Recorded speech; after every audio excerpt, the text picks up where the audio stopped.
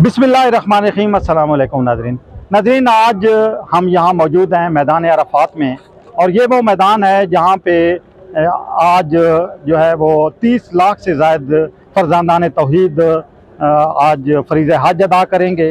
आज बहुत बड़ा दिन है और किसी भी मुसलमान के लिए मैं समझता हूँ कि इससे बड़ी सादत और क्या हो सकती है कि अल्लाह ताला उसे अपने घर की ज़ियारत नसीब करे, अपने प्यारे हबीब सल्लल्लाहु अलैहि वसल्लम के रोज़ा मुबारक पर हाज़री की तौफीक और मौका अता फरमाए।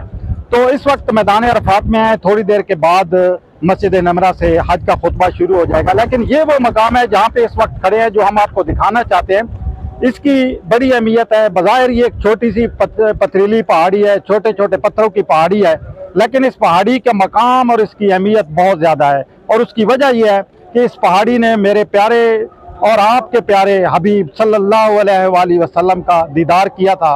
और मेरे प्यारे हबीब सल्लल्लाहु अलैहि वसल्लम यहाँ पे आज से 1400 साल पहले आए थे।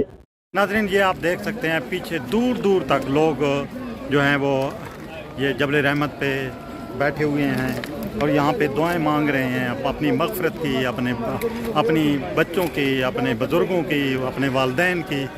ये देखें यहाँ पे जो मनाज़िर हैं, ये इस्लाम से मोहब्बत और अपने प्यारे नबी सल्लल्लाहु अलैहि वसल्लम की सुन्नतों से मोहब्बत की एक अमली मिसाल हम आप यहाँ पे देख रहे हैं। ये देख सकते हैं आप, हर तरफ लोग ही लोग हैं। जबल रहमत है, ये वो मकाम है जिसने मेरे प्यारे आका सल्लल्लाहु अलैहि वसल्लम का इस्तकबाल किया था।